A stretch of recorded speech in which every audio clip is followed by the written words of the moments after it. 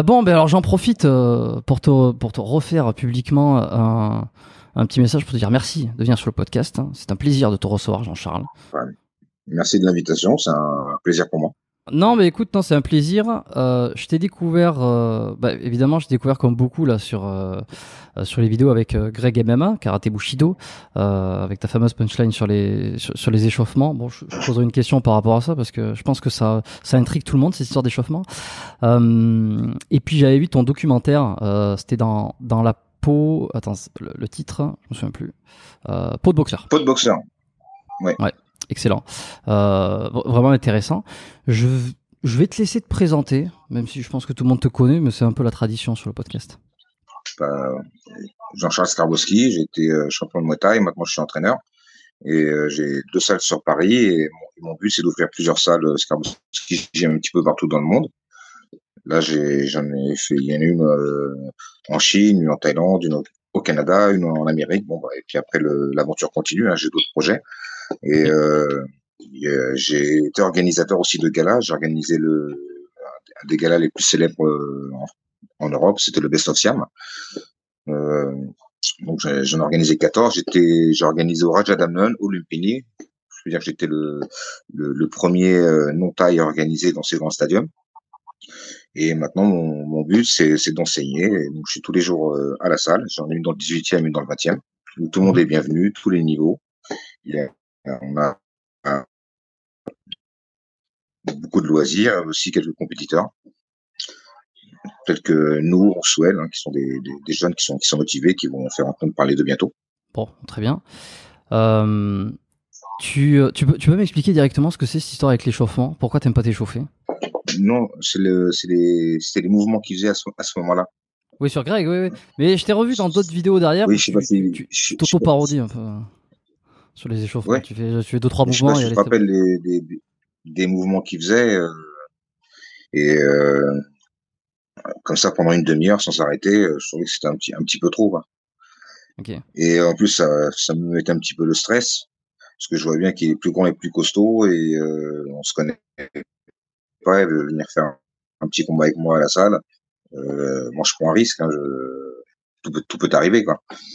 Et je disais que ça servait à rien de stresser comme ça avant notre petit combat d'entraînement, quoi, qui a duré que 3 minutes et puis on s'est pas fait mal du tout. C'est dans ce sens-là où je vais dire il n'y a pas besoin de stresser, quoi, parce que ces mouvements il les faisait par stress, quoi. Et effectivement lui il se méfie de moi, il veut pas être ridicule dans sa vidéo, donc il se chauffe et mentalement ça le prépare. Et moi je vois qu'il se prépare de plus en plus mentalement comme si c'était un combat. Alors que c'est censé un petit entraînement. Moi, je suis pas là pour prendre des risques avec quelqu'un qui fait plus de 100 kilos qui peut me blesser. Hein. C'est normal. Je sais pas vraiment à qui j'ai affaire. Je me suis rendu compte qu'au final, il était très bon, très fair-play, très gentil. Mais au début, j'étais un petit peu méfiant. Et le fait de devoir faire plein de mouvements comme ça non-stop pendant une petite demi-heure, bah, ça me stressait. Je lui ai dit, bah, arrête, ça sert à rien de faire ça. D'accord. Donc ça veut dire. Combat, c'est un petit entraînement léger. On y va tranquille. Ouais, petit sparring. Ok, donc ça veut dire que toi aussi, ça t'arrive de. Même si tu sais... Après, il y a certains mouvements, oui, comme se tourner les poignets, que ça, c'est le mouvement que j'ai jamais fait, quoi. Les mouvements qu'on fait à l'école primaire en classe de gym, je les ai jamais refaits. Après, évidemment, je fais des étirements, je fais de l'assouplissement. Et puis pour moi, l'échauffement, c'est plus un footing ou de la corde parce que c'est difficile à faire.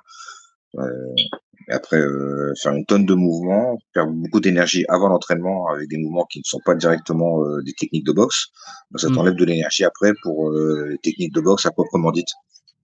Ok. Donc c'est pour ça que moi je préfère faire un échauffement avec des déplacements et des mouvements de mouet ou un footing ou de la corde à sauter. En fait quelque chose d'assez dur. Quelque chose que tout le monde ne peut pas faire, parce que les mouvements de poignet, les mouvements de coude, comme ça tout le monde peut le faire. Et puis, si ça dure un quart d'heure dans un entraînement d'1 heure et demie, bon, on a perdu un quart d'heure. Ok. D'accord, bon, ben, tout ça explique cela. Et ça veut dire que t'es stressé quand t'es face à Greg ou face à d'autres, pour un sparring, quelque chose qui est pas sérieux, tu ressens encore du stress? Bah, Je le connaissais en tant que youtubeur. Je sais que c'est quelqu'un qui aime faire des, qui aime faire le show. Donc je me suis dit, peut-être qu'il va essayer de me mettre un coup un peu plus fort. Et je le connaissais pas personnellement, que je prends un risque. Un inconnu me dit, viens, ça va être filmé, je vais faire un petit combat avec toi dans ta salle. Alors, la personne, Hmm. je la connais pas. Quand je la vois arriver, je vois qu'on a vraiment deux gabarits de différence. Je me dis, voilà, il peut me faire mal, on sait jamais. Ok, j'ai lu ou j'ai entendu, bah, j'ai lu en fait, que la première fois que tu étais rentré dans un club de Muay Thai, t'avais pas trop kiffé. Est-ce que c'est vrai cette histoire? Non, non, pas du tout, pas du tout. Non, non, Non? j'ai bien aimé. J'ai trouvé ça trop dur, mais j'ai bien aimé. Ok, ok, d'accord. Bah, qu'est-ce que t'as trouvé de dur? Parce qu'après, je vais te parler un peu très rapidement de mon expérience pour que tu m'expliques un peu si c'est comme ça que c'est censé se passer. Contrairement aux autres arts martiaux que j'avais déjà pratiqués, karaté, aikido, kung-fu, judo, l'intensité de l'entraînement, l'énergie que le professeur nous demandait était bien supérieure à tous les autres cours que j'avais pu faire, où on était souvent assis à écouter le professeur, à répéter des mouvements dans le vide, pas très fort, pas trop vite non plus. Alors que là, c'est fort, vite, non-stop, les pompes, les abdos, on s'arrête pas. Physiquement, j'ai trouvé ça très dur, j'ai envie de vomir après ce premier cours. Mais là, tu sens que ce sport est vraiment dur, bah, je pense que c'est bon sport, parce que le sport de combat, c'est le meilleur, c'est le plus dur possible. Hmm. Pour te rendre dur, il faut faire quelque chose de dur. Est-ce que t'as fait du sparring sur ta première séance? Est-ce que t'as pris des coups un peu, hormis la difficulté physique? Est-ce que t'as pris des coups dans la gueule? Je me souviens plus très bien, mais je sais que Maître Zeitoun m'avait montré un balayage un peu puissant et Ok. sans contrôler, quoi. Donc je suis vraiment tombé. Et c'était pas la première fois, surtout les arts martiaux que j'avais déjà pratiqués, où il y avait un véritable échange physique avec l'entraîneur, quoi.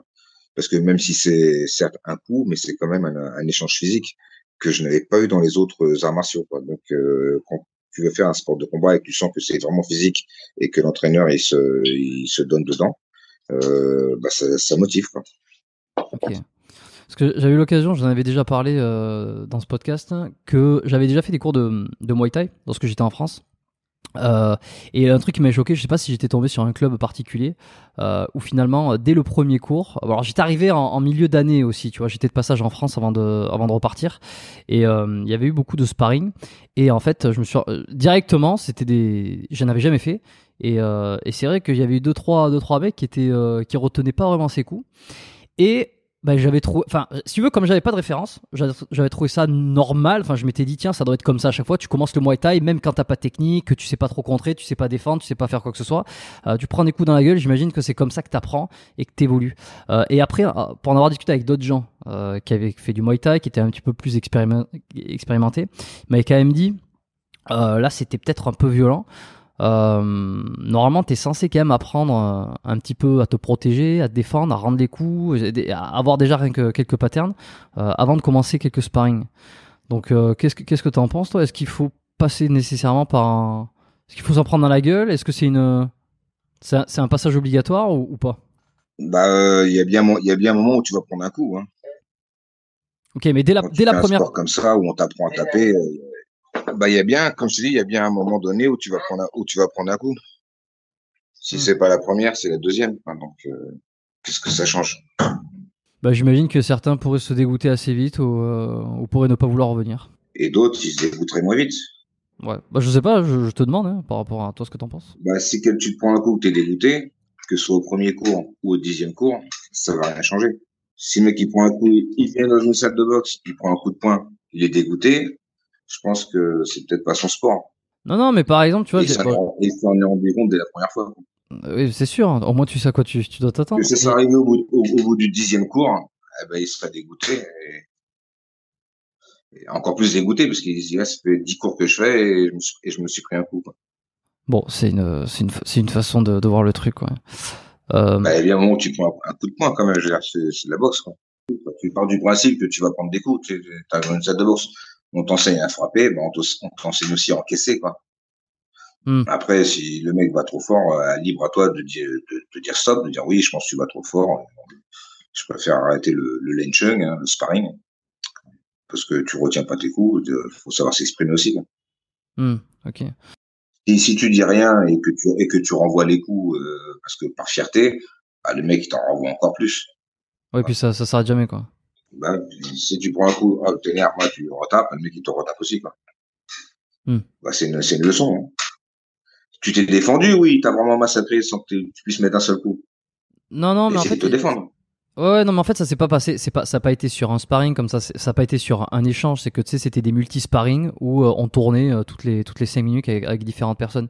Et moi, comme j'en avais jamais fait, j'avais aucune technique. Je savais pas comment bloquer nécessairement. Je savais pas comment on se défendait, le clinch, tout ça. Alors, Oui, mais ça, regarde ce que tu viens de dire. Je savais pas comment bloquer, je savais pas comment se défendre. Ça, c'est suite à ta réflexion, suite à ce que tu t'es pris des coups. T'aurais pas pris de coups, t'aurais pas parlé comme ça, t'aurais pas été dans la vérité. T'aurais dit ouais, moi je sais faire ça, je sais faire ça. ouais. Là, t'as appris ce que tu ne savais pas, donc t'as appris quoi. Pour apprendre, il faut prendre, et ensuite tu comprends. Tu prends, ensuite t'apprends. Mais si tu prends pas, t'apprends pas. Tu prends des coups dans les cuisses, tu rentres chez toi, tu réfléchis, tu dis là, faut que j'apprenne à bloquer. Tu prends pas de coups dans les cuisses, tu rentres chez toi, tu regardes un film, tu fais la fête, tu penses à autre chose. Ouais. Là, le lendemain, tu reviens avec cette idée de bloquer. Tu dis là, hier soir, j'ai eu mal, aujourd'hui, je vais faire gaffe. Ouais, donc pour toi, c'est la Tu bonne école, rigoles. quoi. Vraiment passer par les coups, t'es obligé, quoi. Le plus vite possible. C'est ça que je veux dire. Le plus vite possible.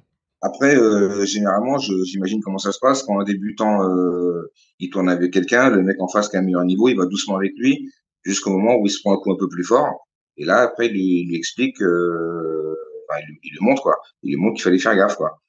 Mais si quand on est avec un débutant et que le débutant il va doucement, tu mets un coup un peu plus fort, il comprend, il va doucement. Mais si tu mets un coup un peu fort et il te regarde avec un air de bagarre et qui commence à lâcher un peu ses coups, bon après tu lui montres que voilà le Muay Thai c'est pas ça quoi.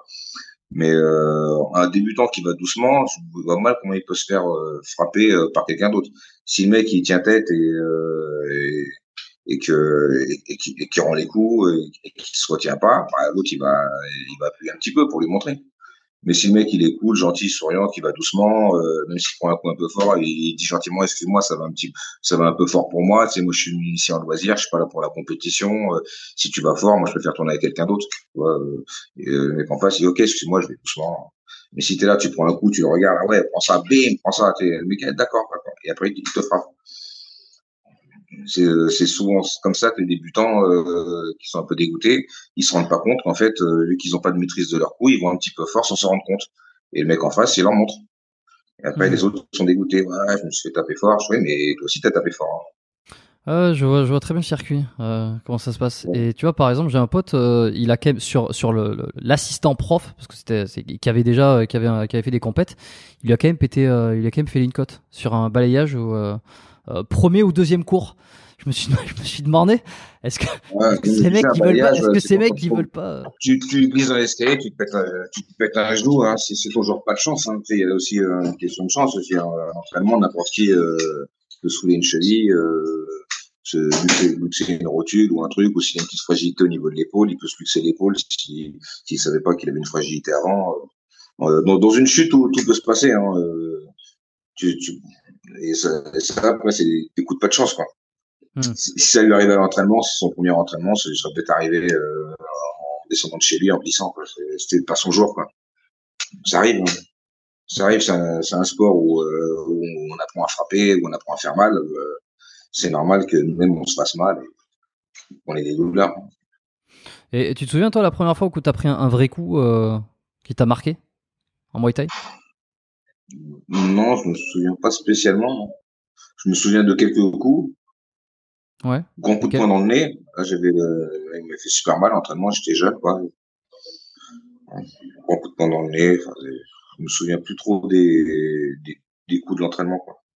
Ouais, quelques-uns, hein, un petit coup de pied, évidemment. Maintenant, en réfléchissant, oui, j'ai pris quelques coups forts. Quand j'avais 17, 18, et des mecs en faisaient depuis 10 ans, et forcément, j'avais appuyé un peu, ils m'ont rendu des coups, quoi. Est-ce que tu as senti que tu étais talentueux, que tu avais un truc assez rapidement ou pas nécessairement? Non, pas du tout, mais je pense pas être talentueux. Hein. C'est grâce au travail, à l'entraînement tous les jours, être sérieux, comme ça, pendant des années, sans s'arrêter. C'est grâce à ça que j'ai atteint ce niveau. J'estime pas quelqu'un de talentueux, quoi. Après, maintenant, avec le recul, c'est vrai que je regardais beaucoup de films de Kung Fu, tu sais, les films de Bruce Lee, Jean-Claude Van Damme. J'ai j'ai essayé de, j'ai essayé d'imiter un peu ce que je voyais dans les films. J'étais assez souple, hein. J'avais déjà deux points positifs, hein, quand j'ai commencé. Contrairement à des gens qui sont très raides, qui ont du mal à lever la jambe, Ouais. et qui n'étaient pas des fans d'arts martiaux, de films d'arts martiaux. T'as commencé par quoi par quel différent sport de combat avant de te mettre au J'ai ring? fait du karaté à 11 ans. Ouais. Après, j'ai fait de l'aïkido, du kung-fu, et un petit peu de judo à l'école. Mais bon, c'était pas sérieux, j'ai fait deux, trois cours. Un peu de boxe française aussi à l'école, mais pareil, c'était pas sérieux, j'ai fait quelques cours aussi. Et après, je suis passé au Muay Thai à 15 ans. D'accord. Et là, tu t'es dit, ça, c'est vraiment le truc que j'ai envie de faire. Euh, Pas tout de suite, non, pas tout de suite, non, j'en ai fait 3 mois, après j'ai arrêté. Et je suis revenu un an après, quand j'avais 16 ans. Et là, j'ai démarré vraiment sérieusement. On m'a proposé un combat, et à partir de ce premier combat, c'est que j'ai mis le doigt dans l'engrenage. T'es comme une drogue, quoi. Il y avait que le combat qui m'intéressait, que le Muay Thai. C'était quoi qui te passionnait dans le combat? C'était de vouloir battre tes adversaires, montrer que t'es le meilleur? C'était l'adrénaline? Surtout que j'avais gagné le combat, quoi. Et pour Ah, une donc, fois que je gagnais quelque chose, j'étais bien content, quoi. ok. Et tu me disais tout à l'heure que t'as beaucoup parlé de technique, que t'expliques plein de trucs, tout ça, mais il y a des choses que t'as beaucoup moins parlé, c'est le côté un peu le euh, côté santé, nutrition. Oui, tu savais deux, trois choses là-dedans. De quoi t'as envie de parler là, spontanément, des choses de tes compétences? Pour la nutrition, là, je peux avoir des bons conseils à donner. Parce que après avoir testé beaucoup de régimes différents, hein, c'est-à-dire des régimes par exemple où on prenait pas du tout de glucides. Bon, ça c'est vrai que ça marche les 3-4 premiers jours, mais en tant que sportif on a besoin de glucides, donc ça marche pas. Les régimes où on saute des repas non plus, c'est pas bon. Les régimes où on doit peser ce qu'on mange sans plus non plus. Parce qu'il y a toujours après ces sensations de privation, ce qui fait qu'au bout de 3-4 jours, bah, on pète un plomb et puis on se gave de chocolat ou de n'importe quoi parce que le corps ne tient plus. Parce que psychologiquement, le repas, ça doit être un plaisir et puis c'est un grand plaisir de la journée. Donc, il faut manger les choses à l'heure où il le faut. En fait, parmi le dernier régime que j'essayais et qui fonctionnait bien.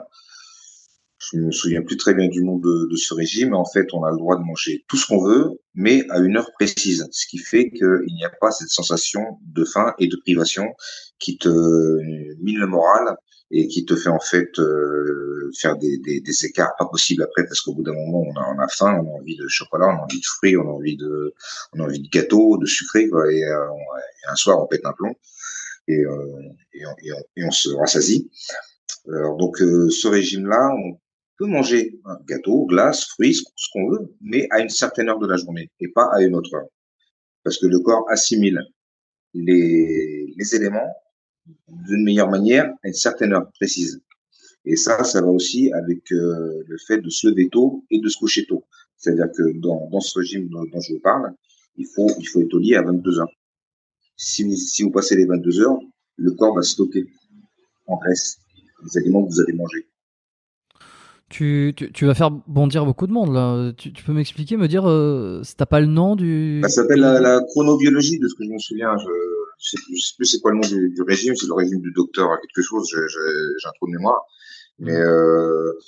en fait, il faut le matin manger du gras animal, c'est-à-dire tel que du beurre, du fromage. Et le midi, manger plutôt un petit peu oublié, hein, mais plutôt du riz avec de la viande blanche. Le soir, manger assez léger. L'après-midi, on peut manger des noix, des trucs comme ça, des pistaches. Et le soir, on peut manger de fruits autant qu'on veut, quoi. Moi, je me souviens plus très bien parce que ça fait longtemps que j'ai pas fait cette méthode. Mais en tout cas, avec cette méthode de manger ce qu'on veut, mais à une heure précise, Et ce qui fait que si on donne au corps ce dont il a besoin à l'heure où il le faut, et ben il ne réclame pas par la suite. Et on n'a pas ces sensations de fringale, on n'a pas ces sensations de manque, parce qu'on peut manger ce qu'on veut, mais au moins il le faut. Et on peut même en plus faire des petits écarts, manger des cochonneries, un McDo, des bonbons, mais une ou deux fois par semaine à un moment précis.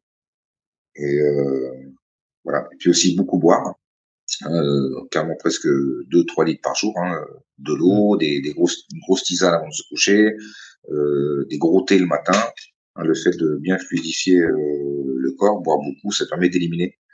Après, cette perte de poids, elle vous fatigue pas parce qu'en fait, on mange ce qu'on veut, on a ses nutriments et on perd du poids parce que le corps ne stocke pas, parce qu'on lui donne ce qu'il lui faut au moment où il le faut. Donc, il ne stocke pas pour plus tard. Et après, 2-3 jours avant, je vais garder la perte de poids en eau, perte hydrique. C'est-à-dire que quand vous vous entraînez tous les jours avec un kawaii, la première fois que vous mettez le kawaii, vous perdez 3 litres d'eau le premier Mhm. jour. Si vous le mettez tous les jours, au bout d'un mois, bah, vous perdez pas 3 litres d'eau pour l'entraînement, vous perdez quelques centaines de grammes. C'est pour ça que moi, le kawaii, je le mets 2 jours avant le combat. Comme c'est la première fois que je le mets, que je l'ai pas mis depuis longtemps, bah, mon corps il va perdre 3 litres parce que c'est la première fois que je le mets. Quand on Mm. met la truc pour la première fois, le corps il est vraiment pris au piège et il transpire. Mais après, quand on force le corps le corps il est intelligent. Si vous lui appelez le kawaii, vous lui mettez, bah, il va moins transpirer parce qu'il a déjà vécu ça. Et, quand c'est la première fois, le corps réagit beaucoup plus violemment. Donc, pour les 2 derniers jours, je gardais entre 8% et 10% du poids à perdre en eau. C'est-à-dire, sur un combat de 64 kilos, 10%, ce sera environ 6 kilos. Donc, si le combat était en 63, attends, 70, 10%, ça fait 7 kilos. Donc, on va dire que 2-3 jours avant le combat, il va me rester 5-6 litres. Mais comme je ne me suis pas du tout entraîné avec le kawaii, je suis pas du tout en perte d'eau. Je suis encore gonflé, quoi. Et quand je mets le kawaii 2 jours avant le combat, d'un coup, bah, vu que c'est la première fois, bah, je perds 3 litres d'un coup, quoi. Et après, bon, comme c'est des pertes de poids vraiment drastiques, le dernier jour, je pense qu'on mange pas beaucoup. On mange pas beaucoup, mais on mange quand même pour avoir la force d'aller courir le lendemain, quand même. Faut quand même manger, quoi. Comme me disait un tas, il me dit, vaut mieux que tu manges 1 kilo et ça va te donner la force le lendemain de perdre 2 kilos. Que si tu manges pas, bah, tu pourras même pas perdre 300 grammes parce que t'as pas de force. Donc, Ok. oui, non, continue à manger. Mais bon, après, quand il y a des grosses pertes de poids, les gens doivent perdre 10 kilos, effectivement, je crois que un jour avant la pesée, ils arrêtent de manger, ils arrêtent de boire. Ok. Et toi, t'as toujours réussi à atteindre C'est le ce que je faisais poids. aussi, hein. Je descendais à 63 kilos 500 de mes 18 ans jusqu'à la fin de ma carrière à 31 ans. J'ai accepté quelques combats en 67 et 70 kilos où j'étais pas à mon avantage, où les mecs étaient quand même un peu plus costauds que moi. Et bon, ça se passait forcément moins bien en 70 kilos qu'en 63 kilos. Mhm. Et quand j'arrivais à descendre à 63,5, j'avais quand même un avantage physique sur mes adversaires que je n'avais pas quand je faisais des combats en 67 ou en 70. En Thaïlande, par rapport à la France, c'est quoi les grosses différences entre l'apprentissage du Muay ou la façon de pratiquer? Est-ce que c'est plus technique là-bas, moins technique, plus violent, moins violent? Bah, c'est-à-dire qu'en Thaïlande, déjà, les jeunes connaissent le Muay Thai. Ils font juste du physique. C'est que du physique parce qu'ils connaissent déjà le Muay, parce qu'ils sont baignés dedans. Il y en a tous les jours à la télé, toute la journée. Ouais. N'importe qui sait faire un coup de pied, n'importe qui sait faire un coup de coude. Bon, les coups de poing, c'est quand même plus en France, on a quand même plus d'expérience en anglaise. Mais tout ce qui est coup de pied, coup de genou, coup de coude, les Thaïs ils excellent dedans parce qu'ils sont clairement baignés dedans, quoi. C'est même dès les enfants, ils s'apprennent en regardant. Alors qu'on vous avez plein d'enfants de 6 ans dans un camp qui regardent les champions s'entraîner depuis 1 an, 2 ans, 3 ans, bah, ils deviennent bons direct. Ils ont l'exemple devant leurs yeux, des anciens champions qui s'entraînent. Il n'y a pas de. Après, l'entraîneur qui fait venir les PAO, c'est surtout au moment du PAO que l'entraîneur peut donner quelques conseils, mais ça va être des petits conseils rapides. Hein, c'est pas des leçons, quoi. Mhm. C'est beaucoup de physique, beaucoup de physique. Des footings, des séries de coups de pied au PAO, du sac, du corps à corps, de la muscu, des abdos, des tractions. C'est énormément de physique. Parce que la technique, ils l'ont déjà. Et comme ils sont baignés dedans depuis qu'ils sont petits et qu'ils regardent des combats tous les jours, et qu'ils regardent des champions, donc à 6 ans, ils emmagasinent. Un enfant emmagasine beaucoup plus rapidement qu'un adulte. Et ce qui fait qu'à 10 ans, c'est déjà des petits champions et Ouais. ils ont déjà des niveaux mondiaux, quoi. C'est-à-dire qu'au final, s'ils travaillent plus le physique, ils sont plus endurants, ils sont plus résistants. Ils ont déjà la technique, donc ils Ouais. travaillent le physique. Mais bon, la technique, ils le travaillent quand ils font les petits lenchung, hein, sparring en anglais, ou Mm. le PAM, le corps à corps, on dit en français. Mm. Donc ça, ils le font à l'entraînement. Et puis surtout en regardant, c'est en regardant qu'on apprend. Quand vous avez deux, trois anciens champions qui s'entraînent dans la salle, ou même pas anciens, des champions qui s'entraînent quand on est petit et qu'on les voit s'entraîner, ben, on les imite. Et c'est comme ça qu'ils progressent, et c'est comme ça qu'ils connaissent le Muay Thai. Et quand t'es arrivé là-bas, toi, pour la première fois que t'as combattu contre des Thaïs, t'as senti une différence justement dans le fait ils étaient résistants, ils étaient durs, ils étaient endurants, performants physiquement. T'as senti un gap? Non, pas les premières fois, parce que les premières fois, je boxais pas des Thaïs qui avaient des super niveaux. Donc, il n'y avait pas vraiment de grosses différences. Moi, j'étais plus motivé qu'eux, ça c'est sûr, parce que les premiers combats que j'ai fait, c'est dans des bars. Dans des bars, c'est des anciens champions, des anciens boxeurs, enfin peut-être pas même champions, mais bon, des anciens boxeurs qui font des combats pour les étrangers dans les bars, mais c'est des faux combats. Il faut pas entre eux, ils font des faux combats. C'est pour le spectacle. Mais si un étranger qui veut faire un combat contre eux, là, ils font un vrai combat. Là, ils tapent pour de vrai.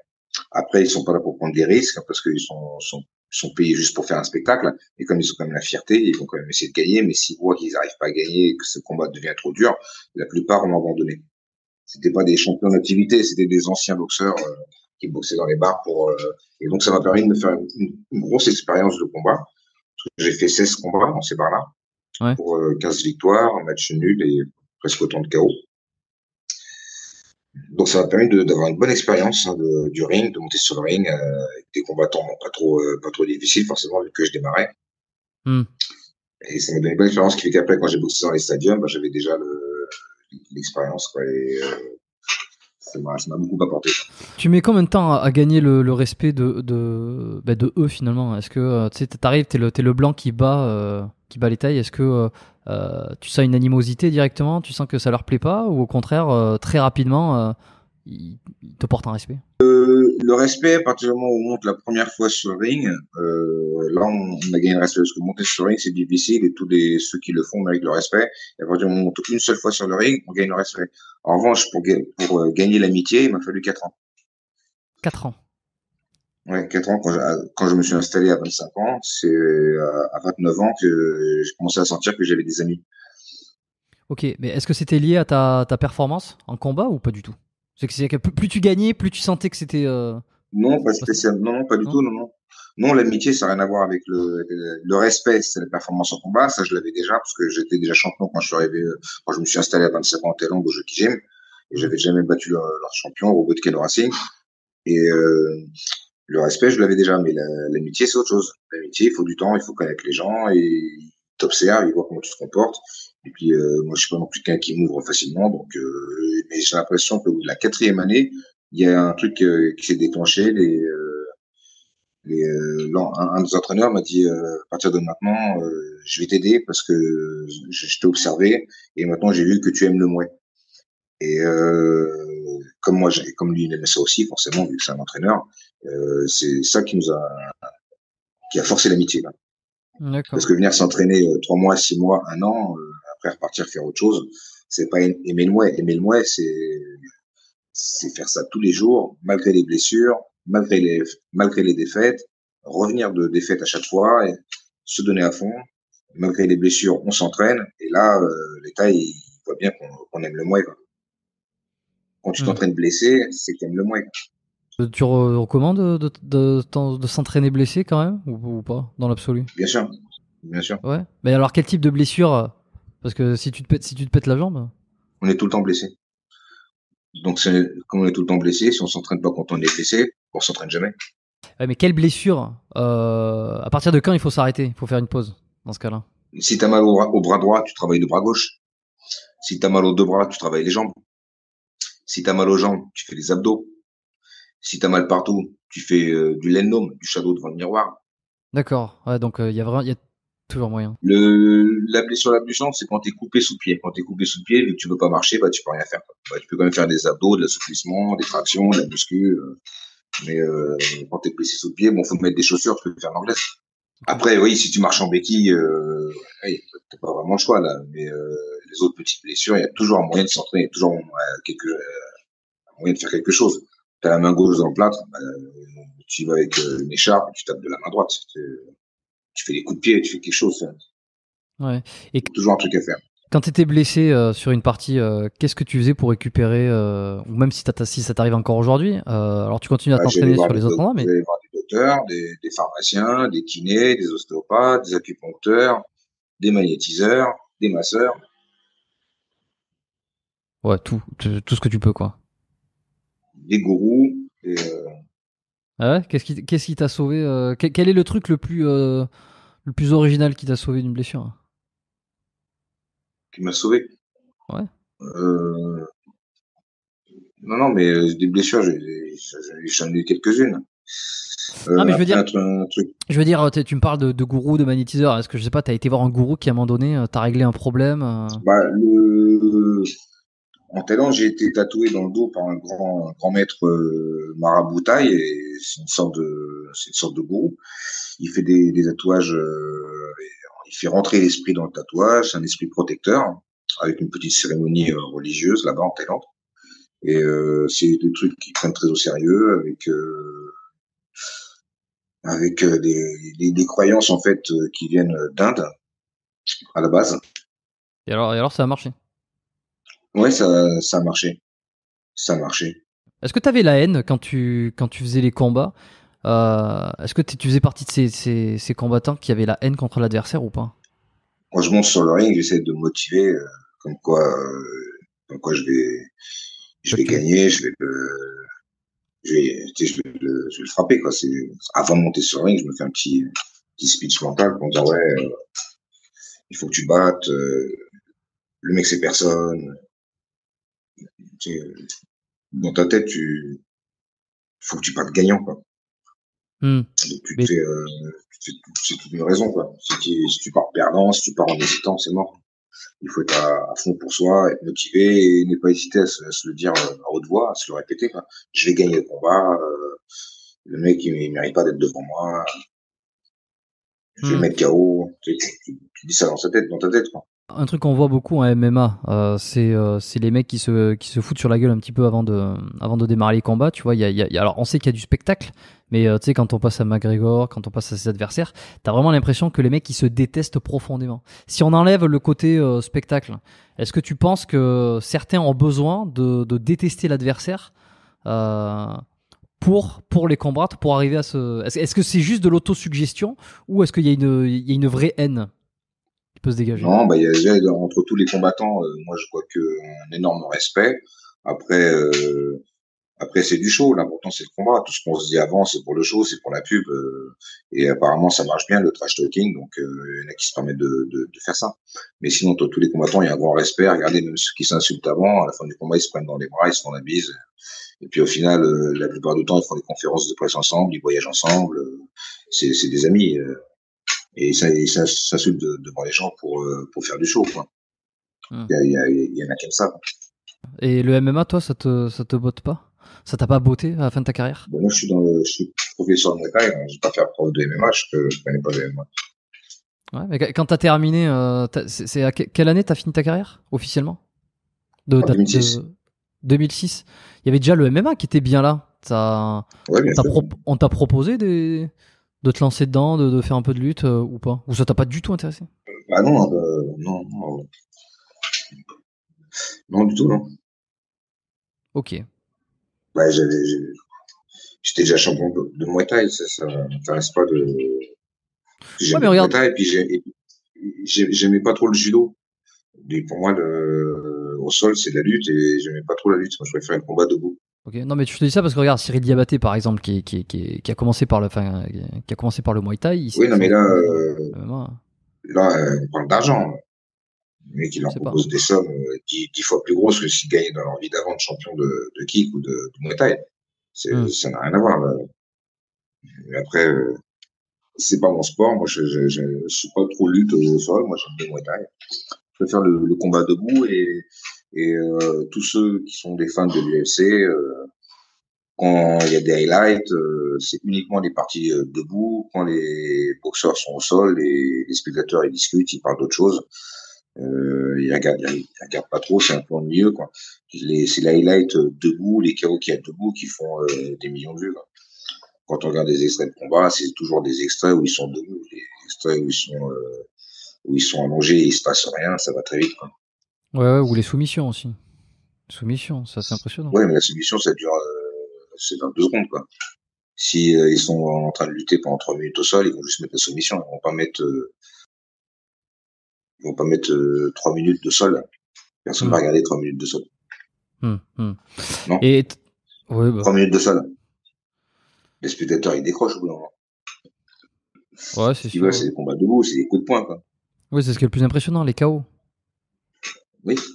Les KO, ouais. Les coups de pied, les coups de pied dans la tête, les coups de poing, les coups de pied retournés, les trucs comme ça. Si tu mets un petit extrait de ça, t'as des millions de vues, quoi. Hmm. Après, la lutte au sol, moi, je suis parti voir un combat de MMA à Montréal. Et quand je suis entré dans la salle, tout le monde était en train de parler parce que les gens étaient au sol et on les voyait pas trop forcément quand on est assis, on voit pas très bien ce qui se passe au sol. Et tout le monde discutait. Quoi. Il y avait une espèce de gros brouhaha dans la salle. Comment ils se sont levés, les gens ont arrêté de parler, ils ont commencé à rentrer dans le combat et après dès qu'ils sont tombés au sol, tout le monde discutait entre eux, personne ne regardait. Quoi. Bon, en tout cas, le MMA a besoin du Muay Thai. Le Muay Thai peut survivre sans le MMA. Quoi. Ouais. Ok. Pas le MMA. Quoi. Le MMA, ils ont toujours besoin de savoir se battre debout. Et pour savoir se battre debout, bah, ils vont forcément aller vers le Muay Thai parce qu'il y a des saisies, il y a des coups de coude, il y a un petit peu tout. Quoi. Hmm. Et c'était quoi tes points forts ou toujours hein, tes points forts ou tes points C'est faibles toi plus en Muay l'anglaise. Thai? Toi, c'est l'anglaise, ouais. J'avais le punch dans les deux mains, ce qui fait que j'ai pu gagner pas mal de combats par KO et courter le Ouais. combat. Ouais. Et ma technique est un petit peu basée sur le fait d'arriver à mettre un coup de poing au 3e ou 4e round pour mettre l'adversaire KO. Et le clinch aussi, non? À chaque fois que je te vois un peu sur des sparring que tu fais, Là, tu fais j'aime du pas. clinch. Vu que moi, ce que je voulais, c'était mettre mon anglaise, faire du PAM, du clinch. C'était pas mon intérêt. Non. Par contre, mon intérêt, c'est savoir me défendre sans trop me fatiguer si l'adversaire m'attrapait en clinch ou en PAM. PAM, c'est clinch en taille. Donc, si l'adversaire m'attrape en PAM, il faut bien que je sois capable de me défendre sans perdre trop de plumes. Donc, je suis obligé de faire du PAM. Mais D'accord. le but de mon PAM, c'était de mettre un ou deux coups de genou et puis après de pousser le mec et après de pouvoir enchaîner en pied-point. Parce que c'était surtout là où j'avais mon fort. Quoi. Je n'avais Hmm. pas vraiment d'intérêt à faire du PAM. Quoi. Ok. Je me pose une question. Est-ce que t'as senti au fur et à mesure une désensibilisation de tes capteurs neuronaux, j'en sais rien, au niveau des cuisses, au niveau des tibias? Est-ce que c'est un truc que tu travailles spécifiquement? On pense, non mais tous les novices, ils ont la Tu te référence de rends pas compte, kickboxer. c'est tellement progressif que tu te rends pas compte. Tu t'en rends pas compte. Tu fais pas un travail spécifiquement comme Jean-Claude Van Damme quand il frappe sur les bambous pour se désensibiliser le tibia. Mais c'est pas du bambou, c'est un bananier. Tant pour moi. Ouais, parce que le bambou, c'est très dur, on peut faire des échafaudages avec. Alors Ok. que le bananier, c'est juste une superposition de feuilles. C'est que Ouais. des feuilles, le bananier, il n'y a pas de tronc. C'est des feuilles les unes sur les autres. Donc c'est mou. C'est mou, c'est rempli d'eau. C'est pas comme le bambou. Le bambou, c'est pas possible. C'est trop dur. Et t'as récupéré une sensibilité depuis que tu fais moins de combats ou c'est perdu à vie ça? Mais j'ai jamais été insensible. Non, non, mais tu me dis au fur et à mesure, hein, tu t'en rends pas forcément compte, tu perds un peu plus en sensibilité à force des coups. Ça t'es d'accord avec ça ou pas? Ou tu sens toujours, c'est toujours aussi Oui, sensible? forcément. Enfin, en fait, c'est surtout que tu arrêtes de te plaindre. Quoi. Mais parce que tu sens moins ou parce que tu Bon, prends l'habitude? parce que ça intéresse plus personne d'écouter des jérémiades sur le fait que tu as mal au tibia quand ça fait 30 ans que tu fais des coups de tibia à tout le monde. Quoi. Mais à titre personnel, est-ce que ça fait de moins en moins mal ou pas? Sans te plaindre, sans forcément le dire. Ah bah, tu veux que je me plaigne, là? Non, c'est pas, c'est pas se plaindre. Je te demande pas de te plaindre, juste de me dire si ça te fait moins mal ou pas. Si tu après, tu peux me dire, non, non, j'ai jamais eu mal. C'est Oui, mais quand tu me pas grave, dis ça, j'accepte, hein. tu me parles de quoi? Tu me parles d'un grand coup de batte de baseball dans le tibia? Genre, je vais pas avoir mal. Non, non, quand tu fais des sparring ou quand Ah t'as fait bah, des mais si le mec combats. il met un grand coup de tibia, batte de baseball dans le tibia, je vais pleurer, hein. Il y a pas de, y a pas de motaille, là. Le mec qui pète le tibia, j'ai un accident de bécane, je me pète le tibia, je pleure, hein. J'imagine que je dois avoir super mal, quoi. Et là, je vais me plaindre, parce que c'est nouveau. Ok, Une bosse sur le tibia, ça me fait mal, évidemment. Surtout si j'ai une bosse et que le mec, le lendemain, il me retape dans la bosse du tibia, je vais grave souffrir. Si j'ai une bosse de la veille et que le mec, il me retape dans la bosse, ah, c'est horrible, quoi. Après, j'ai pas pleuré, je vais pas me rouler de douleur au sol, je vais mettre de la glace et puis je prends sur moi, quoi. hmm, ok. Bon, tu te souviens si t'as déjà pris, oui, un KO, ton pire souvenir de coup que t'es pris? Ouais, j'ai pris 2 KO où j'étais allongé pendant 1 minute, inconscient. Ouais. Le premier contre Mustapha Mekboul, un élève de Bonneuil. Pas de Bonneuil, excusez-moi. Aubervilliers, je pense, pardon, ouais, un élève d'Aubervilliers. Et non, de Gennevilliers, excuse-moi, Gennevilliers. Voilà. Mustapha Mekboul de Gennevilliers et un autre KO, c'est contre Corp-Onglec à Bercy. Ton souvenir rideau? Tu te rends compte quand tu travailles, le premier KO m'a beaucoup plus touché au niveau du cerveau parce que j'avais pas mal de trous de mémoire et j'ai l'impression de réfléchir moins vite par la suite. Ouais. Et le deuxième, ça m'a pas fait trop de séquelles. Et est-ce que tu te souviens la séquence, les secondes qui ont précédé le KO, lorsque tu te réveilles après, ou alors t'as un espèce de trou, il faut que tu regardes le combat s'il a été filmé pour te rappeler Non, de non, comment ça s'est passé. fallait que je regarde le combat.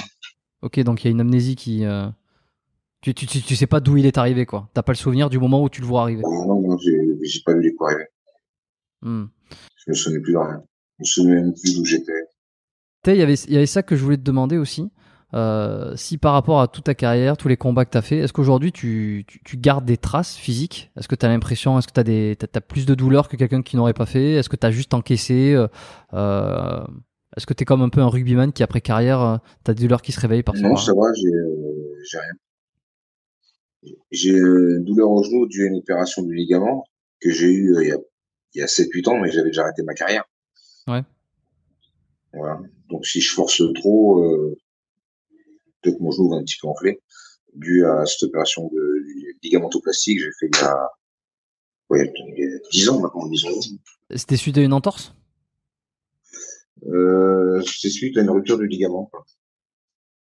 Oui, d'accord. Une entorse, mais je veux dire, c'est dans le cadre d'un combat ou rien à voir? Je pense que c'était dans le cadre de combat. Parce que je m'en suis rendu compte plus tard, quoi. Sans réfléchissant, je pense que c'est la suite d'un combat. Hmm. Est-ce que tu prends des compléments aujourd'hui ou tu as pris des compléments? Est-ce qu'il y a des trucs qui t'ont aidé dans ta carrière spécifiquement? Des vitamines, des trucs simples, quoi. Ok, pas quelque chose en particulier. Non, non, des trucs multivitamines, magnésium, calcium, quoi d'autre, spiruline, en Thaïlande, ils donnent la spiruline, Ouais. c'est des vitamines. Euh, voilà. Un jour, c'est l'L-carnitine, là. Ça m'a fatigué plus qu'autre chose.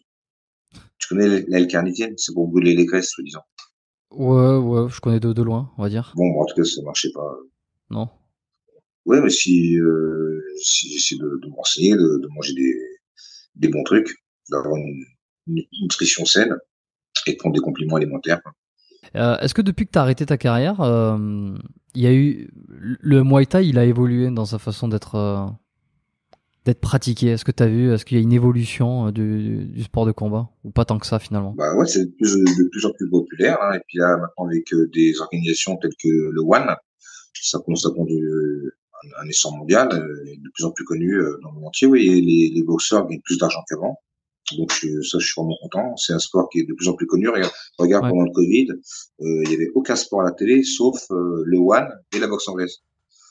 Donc c'est vraiment génial. Enfin l'UFC, l'UFC et le One.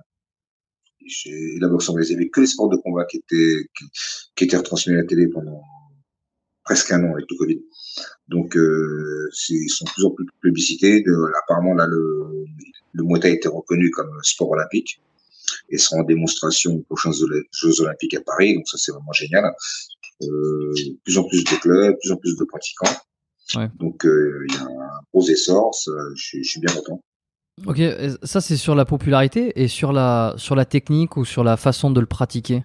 Est-ce que ça a changé? Bah, c'est un art martial qui fait que progresser.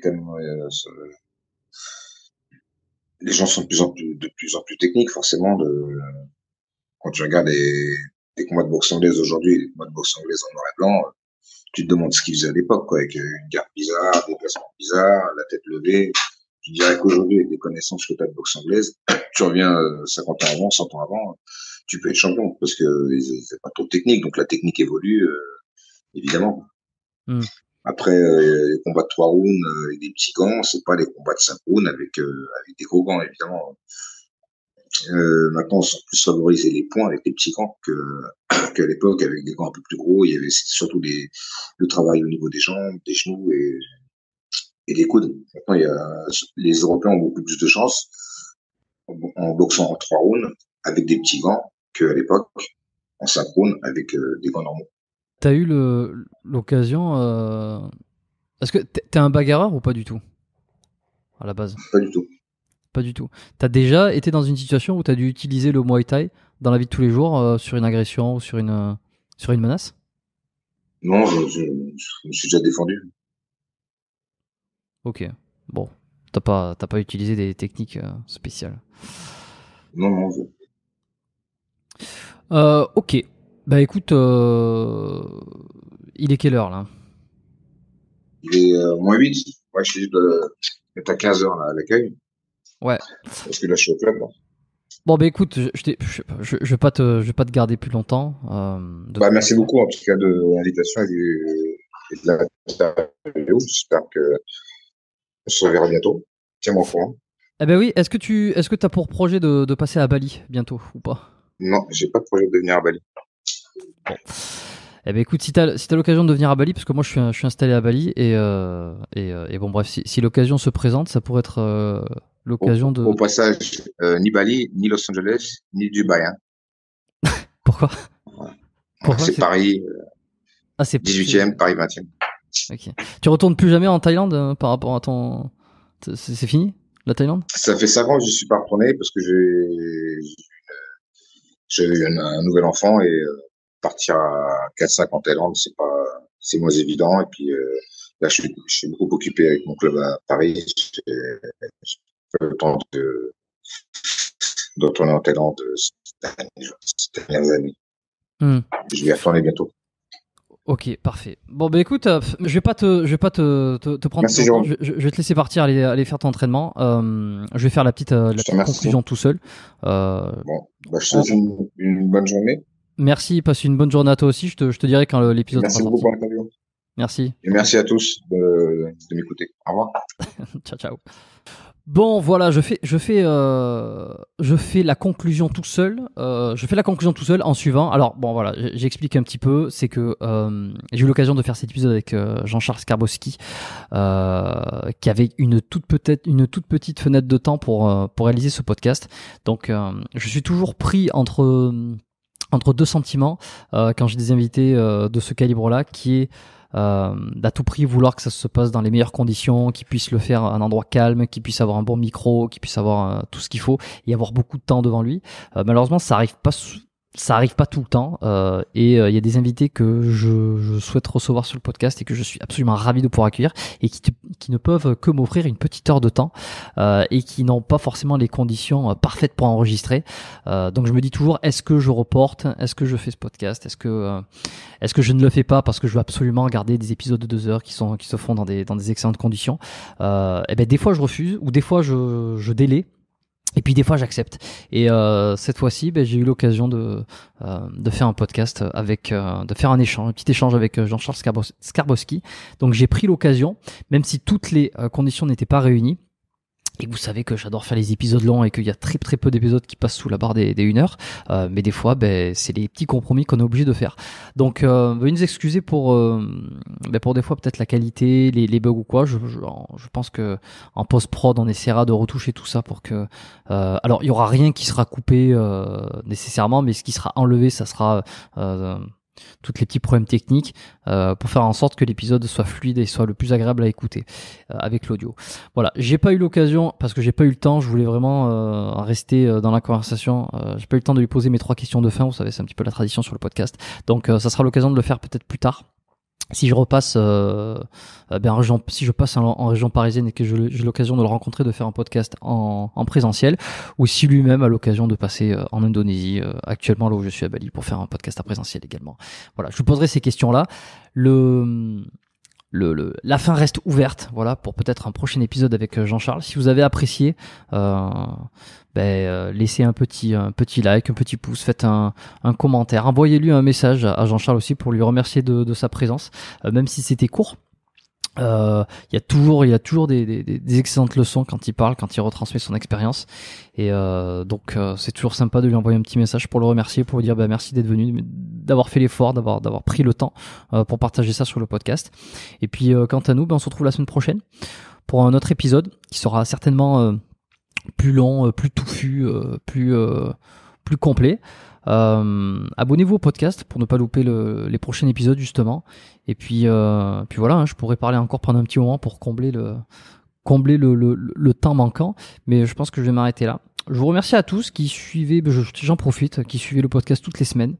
Je le répète beaucoup, mais vous êtes de plus en plus nombreux à écouter le podcast sur toutes les plateformes. C'est assez fou là la croissance qu'il y a eu sur ces dernières semaines et ces derniers mois. Donc je vous en remercie.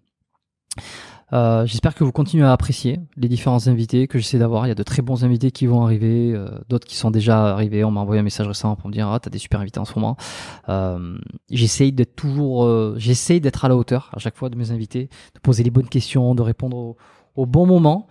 C'est pas toujours facile, surtout quand c'est en distance. Il faut gérer ça, c'est un truc.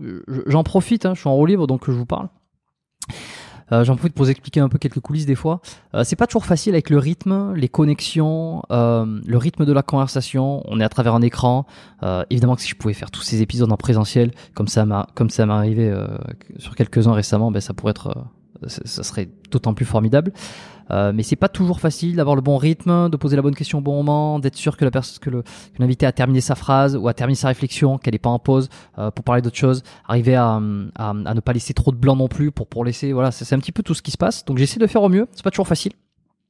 Et je dis pas du tout ça pour me plaindre ou pour me justifier, mais c'est la réalité, elle est comme ça. Donc des fois je suis plus en forme que d'autres.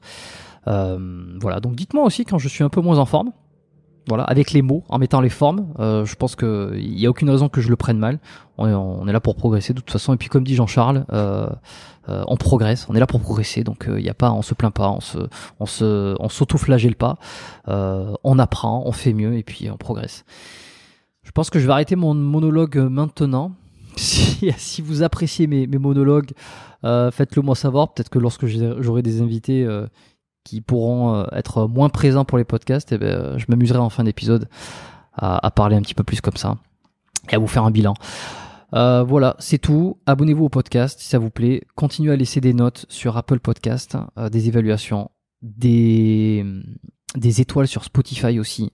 Vous êtes de plus en plus nombreux à le faire. Je vous remercie. Ça paraît pas grand chose, mais ça permet vraiment de propulser, de gagner en notoriété, de remonter dans les charts et de se faire découvrir par de nouvelles personnes. Donc c'est absolument formidable. Et puis voilà, faites pas trop les cons. Prenez soin de vous. Et puis à la semaine prochaine. Ciao, ciao.